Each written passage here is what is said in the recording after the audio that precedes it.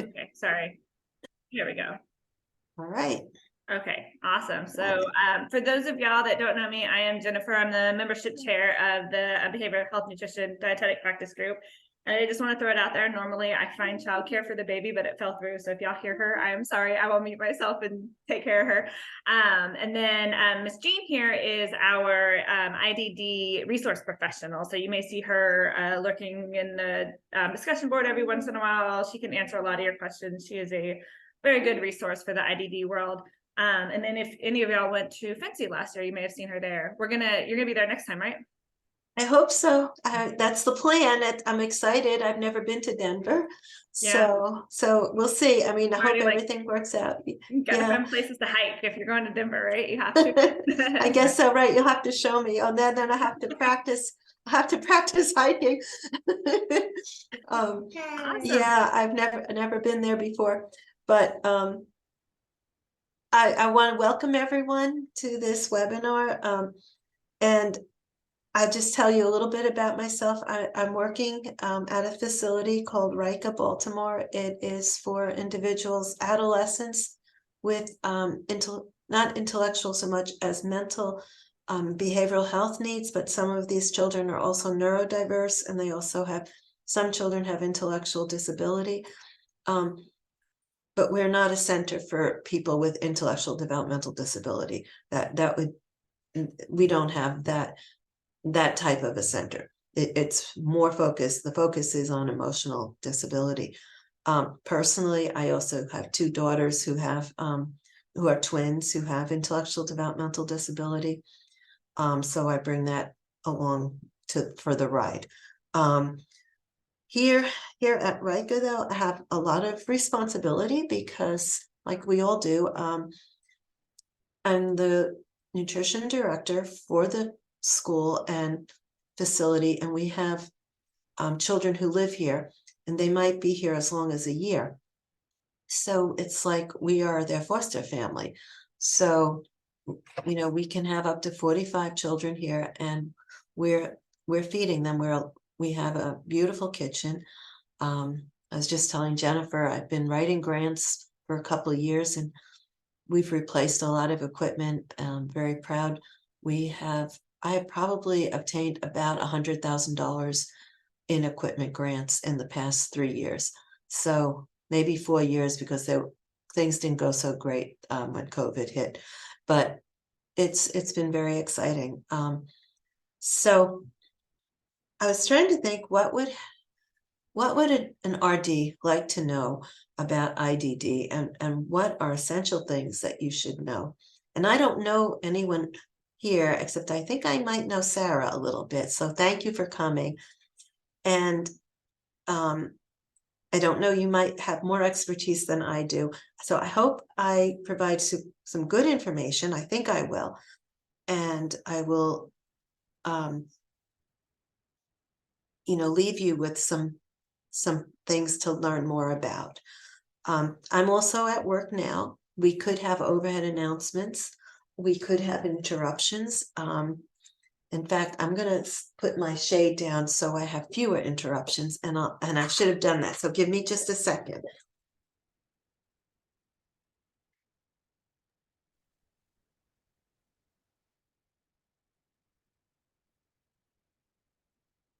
The overhead announcements are really loud.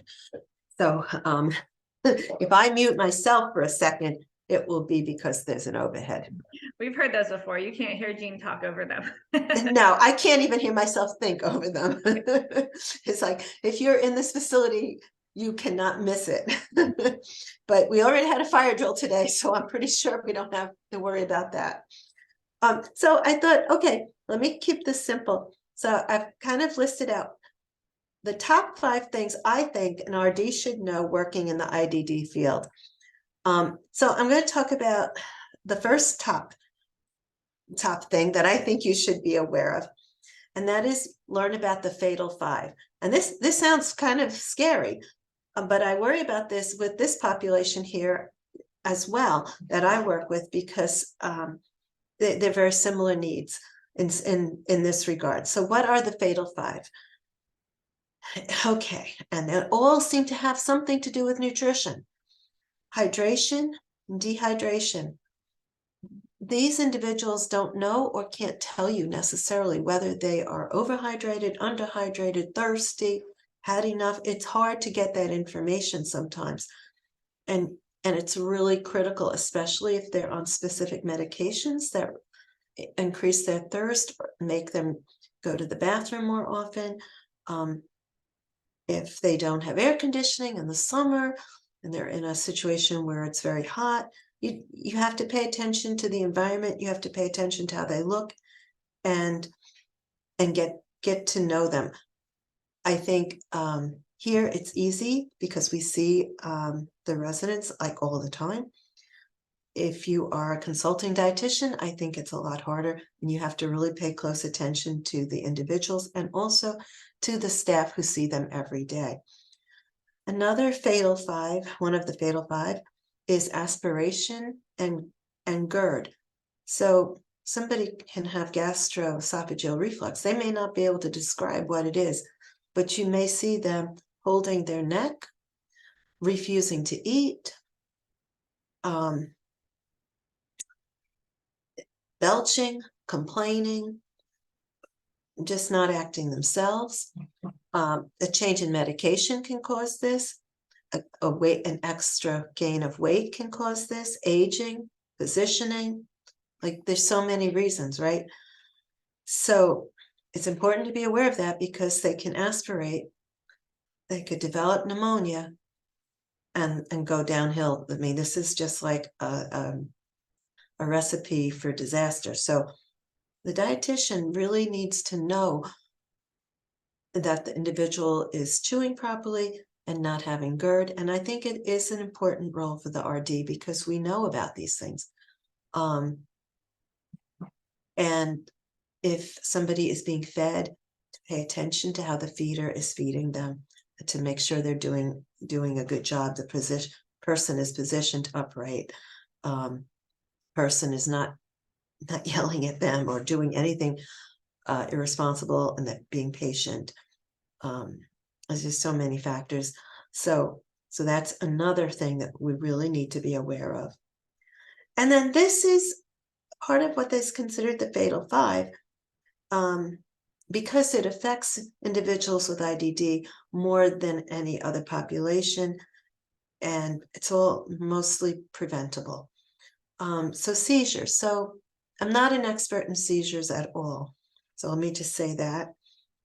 And I don't think of nutrition right away when I think of seizures, but as you probably will know, there are certain types of seizures that are well managed through diet control, and they're very specific diets, high fat diets. Johns Hopkins here in Maryland has a specific clinic for individuals with epilepsy who are on high fat diet. And so there is a role for diet, even in seizure activity. Not for everyone, but there might be, and they're learning more and more about it all the time. And then another thing related to hydration somewhat, but not entirely, is bowel obstruction. So bowel obstruction sends more people with IDD to the emergency room than just about any other condition. And again, this is a really tough one because the person isn't going to just tap you on the shoulder and say, oh, I think I have a bowel obstruction today. They have no clue, and you can't see it. You can't tell. And so again, you do have to know them and observe them. If that person is refusing to get out of bed, if they're rocking, if they are spending a long time in the bathroom, any number of things. If they never eat fruit or vegetables, they have a picky diet, or they're in a group home where they like to make lots of pasta. There's all kinds of reasons, but the bowel obstruction is serious, and we need to be aware of it. So once the bowel obstruction is treated, hopefully earlier in the situation rather than later, then ideally a physician would refer to a dietitian to work with the caregivers to incrementally increase fiber and fluid. And if possible, look at the exercise routine. I don't see why it's not possible, but just mention it because there may be resistance there. They may think, you don't have a role to play in that, but I think we do. And so these are really important things that affect people with IDD. So I said hydration and dehydration, aspiration and GERD, seizure activity, bowel obstruction, and then infection and sepsis. So, individual with special needs may hurt themselves, cut themselves, fall, do all kinds of things, get stung by a bee and not tell you or the caregiver until they are in significant pain. I'm very familiar with this. I told you I have 2 daughters with special needs, and I really can relate to this. In fact, I can even relate, I'm embarrassed to say, can even relate to the bowel obstruction. But the infection and sepsis, my daughter gets, I don't know, she attracts bees like she's made out of honey or something. Like every summer she gets stung, and it's really, really an issue. But we're just in April. They went out for a walk. She has a caregiver. They went out. She got stung by something. We don't know what, but nobody told me. I was here at work. At least a day later, she comes in my room at midnight in pain. And I said, what's wrong? And I'm very groggy and I'm very tired. And as it turned out, she had gotten stung. I now find out. And the whole area was inflamed, and it was on her back, and it was highly inflamed, and it was infected. And it was not the first time she has had an infection that becomes cellulitis. And so I've been reading, about different things that happen with IDD. This is apparently one of the fatal 5. And so from cellulitis, you can go to sepsis really quickly. And apparently this insect had bacteria or something, so injected into her skin. And anyway, long story short, I'm glad that she told me when she did, but it was already delayed. And she knows me very well. So so I was thinking, if I'm in a group home, if she's in a group home, I don't know if she would tell anybody.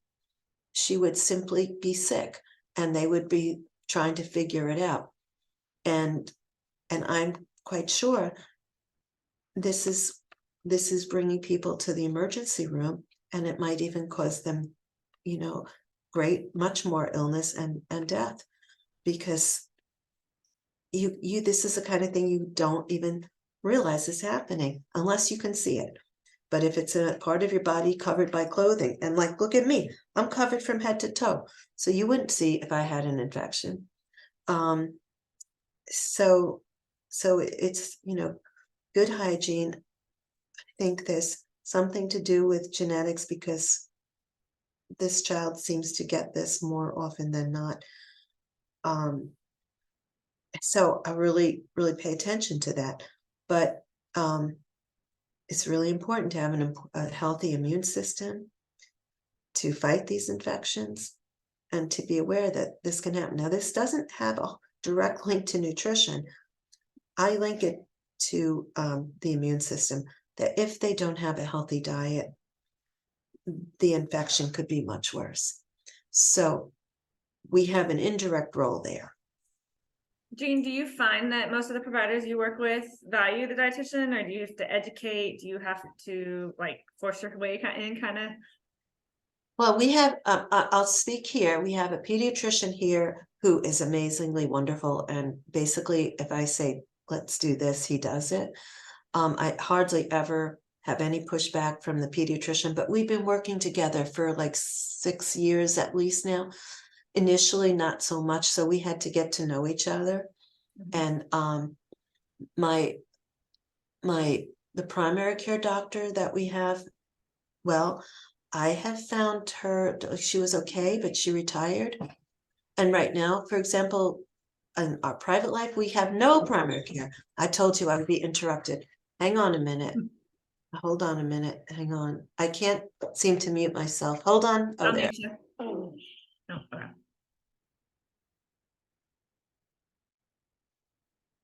Yeah, if you have any questions, you can drop them in the chat for when she gets back.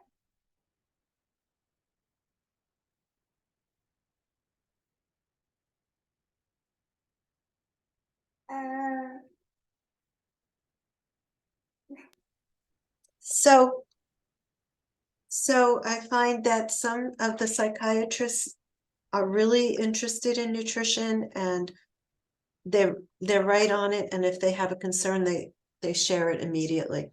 And I find other psychiatrists are not. So I have a wellness committee, and through the wellness committee, we try to promote nutrition through the facility. And through the cafeteria, we try to have really great meals. And when people start to come into the cafeteria and see the meals, they usually will start having more of them there. So I have it's all very individual, but and then with my own girls right now, we are kind of in between doctors. The doctor retired. They haven't been able to find anybody, but it's almost a year. So we're going to other doctors in the practice. And fortunately, I'm in Maryland, and it's at Johns Hopkins, community physicians. So I feel like we're in good hands. But when my daughter got sick last week with this bug bite, there were no appointments. So we went to urgent care 3 times in the week. Yeah. So I was at urgent care every 2 days because we're watching to make sure that infection was indeed healing.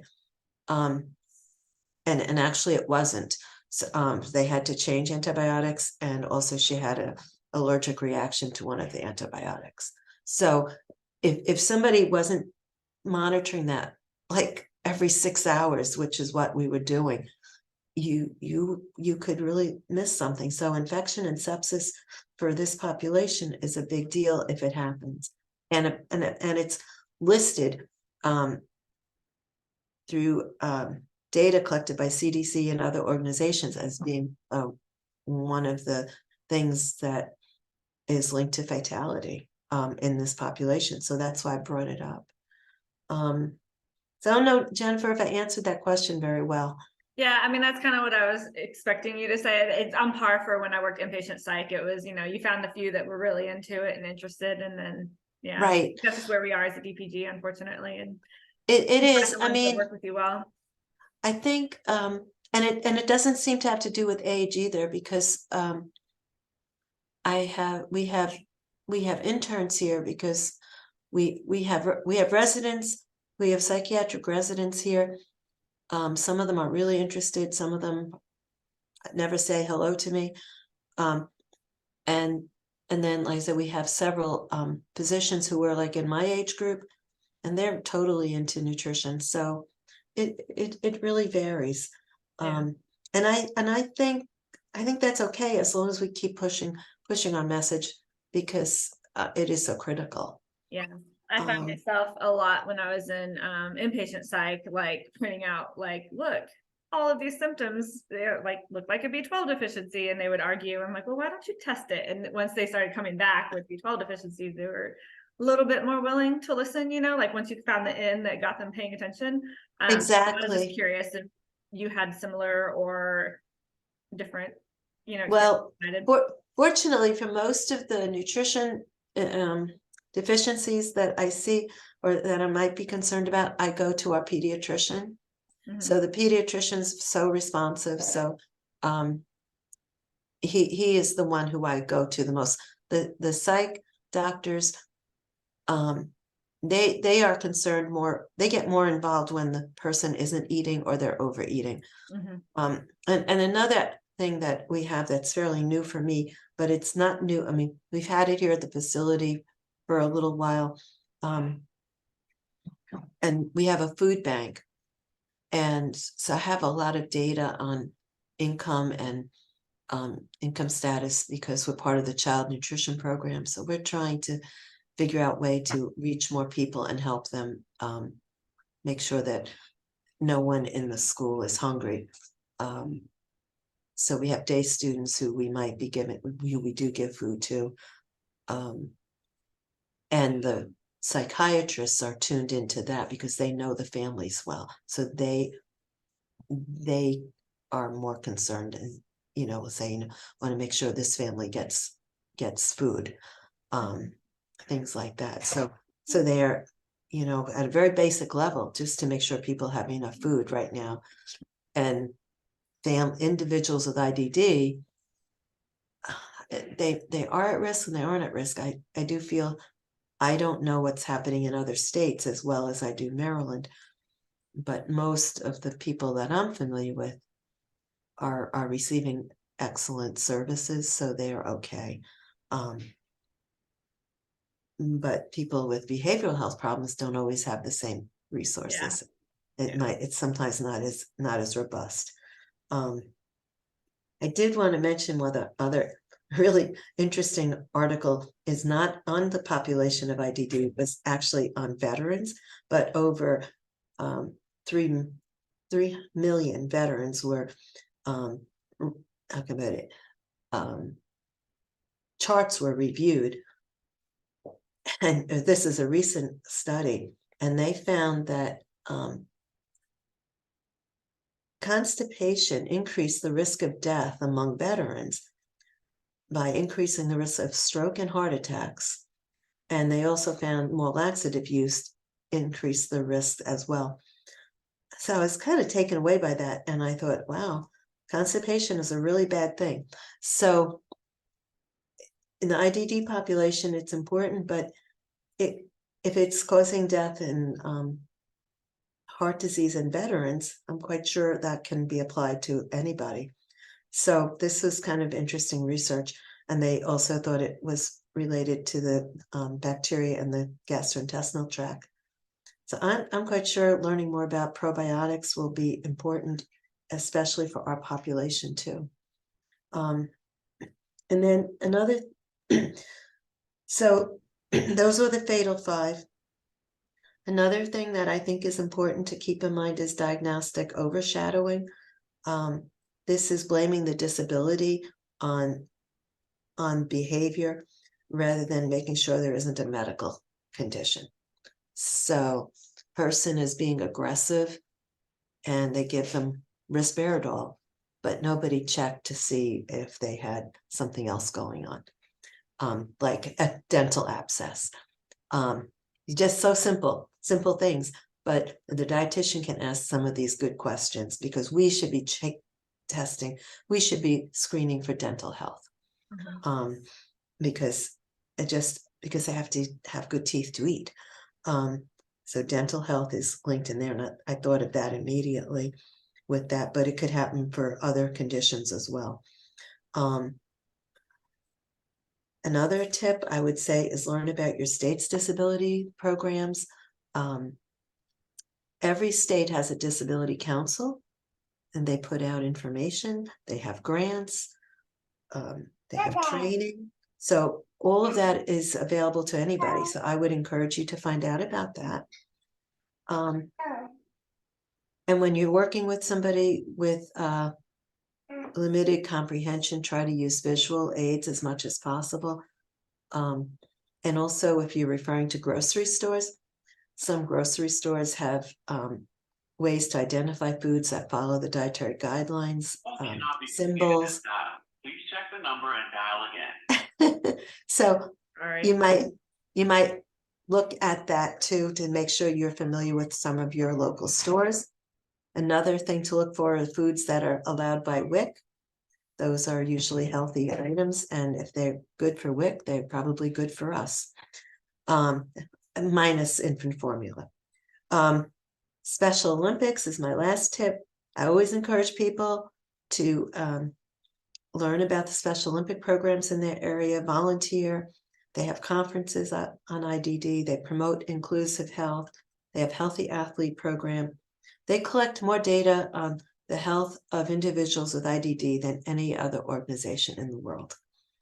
And they look for volunteers, student volunteers, and one of the things they promote is health promotion, and they include nutrition in that. So it's a very good way to meet families and to learn more about services and programs in your state, because Special Olympics is tied into all of that. And so I'm going to stop. Those are my 5 tips. I hope it didn't overwhelm you, and I hope it was helpful. And I'm going to stop here for questions. Yeah, y'all feel free to unmute yourself on or off the camera, or shoot me a message in the chat if y'all have any questions or insight or anything to add to what you can let us know about. Yeah, this chat. Oh, yes. Okay. So I'll say that my experience with IDD patients have really been when they came into the inpatient psych facility that I worked at, and what you're talking about, like the dental, that was always such a big thing for us there. Big deal. And yeah. I mean, everybody is scared because nobody's there because, you know, they were having a good day or whatever, but they, the fear and the reaction and that was always obviously really exaggerated in that group.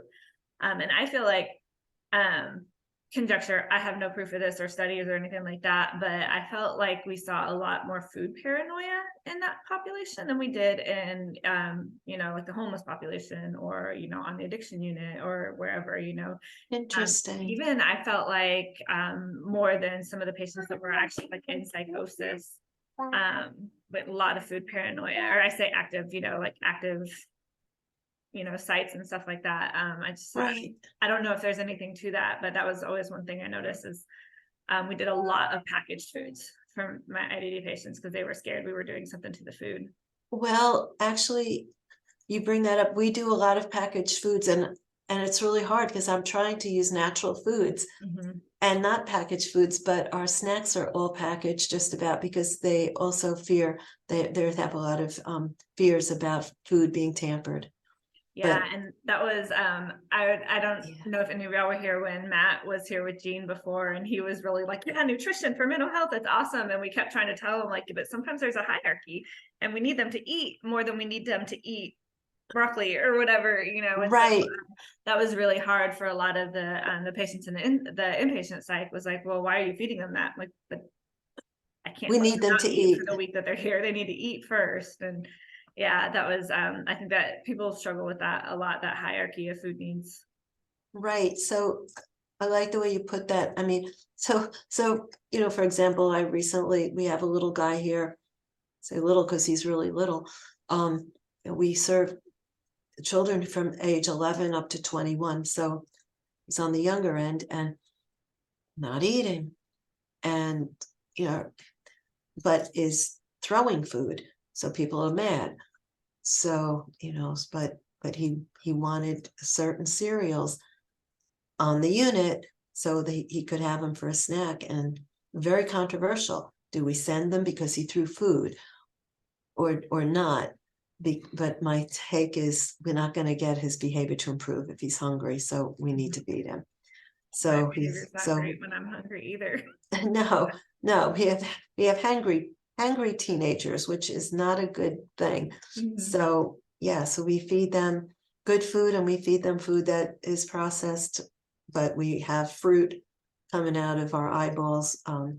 We get free fruit through, interesting, the Department of Defense has a school nutrition program that we get free vegetables, free fruits.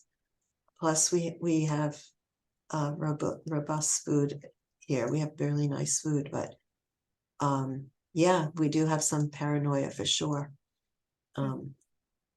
And you know, we just try to combine it with consistency. Like, we're always here, we're always serving meals at this time. Like, we try any break in consistency. My staff gets very mad at me. Like, if I make any special exceptions for anybody, no, you can't do that. But that child really needs that. But I was always told I could do it, but you have to go buy it. So I was oh yeah, no, I don't have to buy it, but it's just well, I didn't, yeah, I didn't pay for it, but I had to go get it. right, yeah, so I do that sometimes, but it's just been it's been a challenge, yeah. So like right now I have a case of gluten-free bread that mother told me she was gluten-free. The child got here and said, I'm not gluten-free. It doesn't have celiac, so we have a case of gluten-free bread and a case of gluten-free pasta that I don't know who's going to eat. But we'll, you know, but we have it here because we had this heads up and we're trying to accommodate. But you all are very quiet, but you haven't left. So does anybody have any questions? Yeah. Alice has Hello. oh, sorry, go ahead. Yeah. Priscilla. Okay, sorry. So I work for research, K-State Research and Extension, and one of the service providers reached out because they wanted us to help them give some education to their staff on how to Great. prepare meals for people with or living with IDD. So do you know like any resources that we could use to help the staff on how to prepare healthy meals for people with IDD? Oh, yeah. I don't know how big the programs are, but I'm assuming this is like group homes. Yes. Okay. Are you a BHN member? No. Okay. There's a couple of cookbooks specifically written for individuals with special needs. Hang on a minute. I might be able to reference it quickly. Hold on. Okay. I'm gonna get on the website real quick because I'm almost positive she can't find them, but there's some on there. Okay. Okay, there's a book. It's Meal Planning for Independence. It's not exactly the title, however. But it was designed for individuals with special needs to use in group home setting. And it's based on, you know, healthy food groups, the dietary guidelines. So it's very nice and it's got a lot of pictures. We have the reference on the BHN website.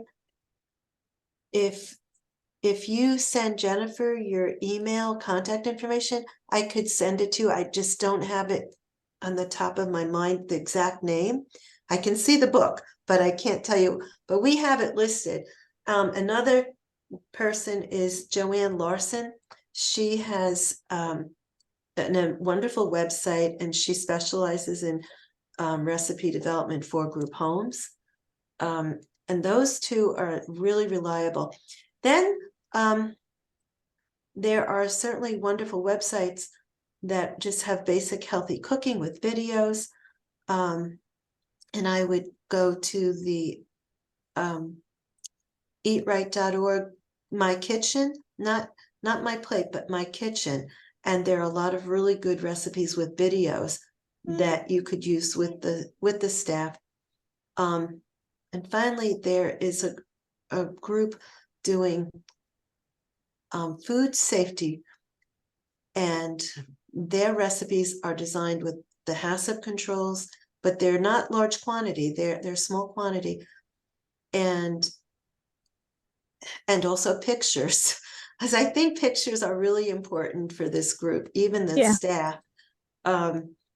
So I really like those, and they're all geared to follow the dietary guidelines. So I can send that to you. I don't have the list in front of me, but I certainly know them very well. I will Um, tell you, I can't for some reason share my screen. But we have a books and publication. It's like a Right. market space. And so on here, Jean, you're gonna know these better than me probably, but there's one called Pediatric and Adult Nutrition and Chronic Diseases, Developmental Disabilities and Hereditary Metabolic Disorders. And that's by Yes, Shirley Ekval. that's like a classic. I have that. That's the classic. There's no cooking in there, but it Okay. explains every condition and So- how to respond. It's an amazing book. Yes. Janice Goldsmith, she's our newsletter chair or whatever her title is. Yes, that's right. She has one on group home cookbook, which I guess Yes. it was a book and now it's the series. And then she has one that's called Teaching Authentic Cooking Skills to Adults with IDD. Yes. And also, I should have thought of her. On that list, you'll see the cooking for independence. I think it's like at the bottom.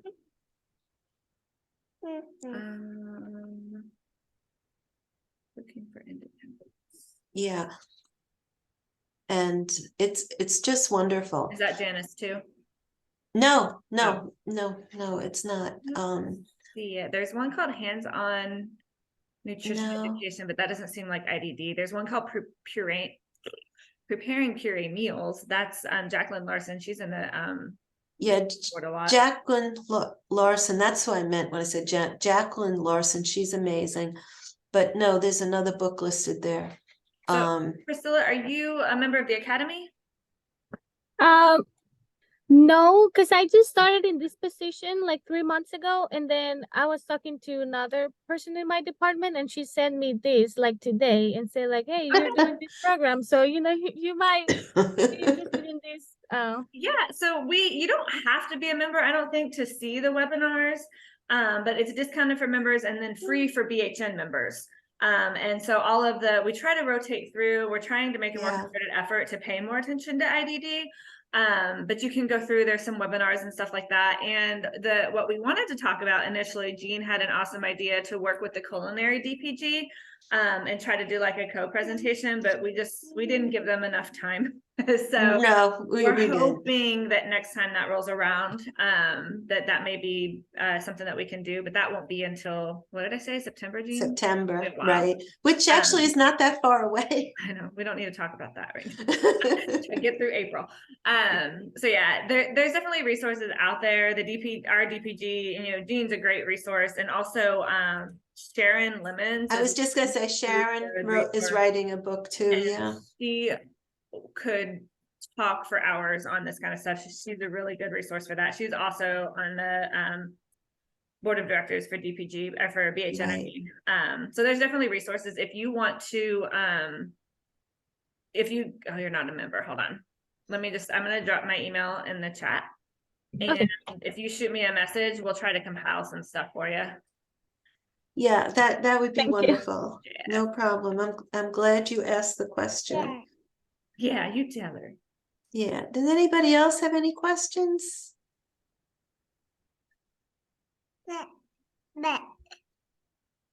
Or even if not questions, any experiences to share or thought process, or do y'all have sources of education or anything like that to share? You tell them. Oh, you tell them. Okay, Angela is a student member of BHN and a graduate student. Well, good luck, Angela.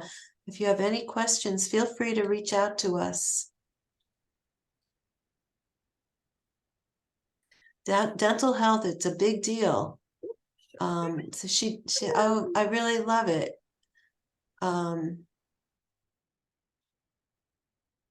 Good. Well, I hope you continue to come to our programs, and that I'm glad this was helpful. Okay. And I think just in case there's someone shy with the recording, I'm going to go ahead and end the recording, and then we'll just wait a couple minutes. Does that sound good? that sounds great.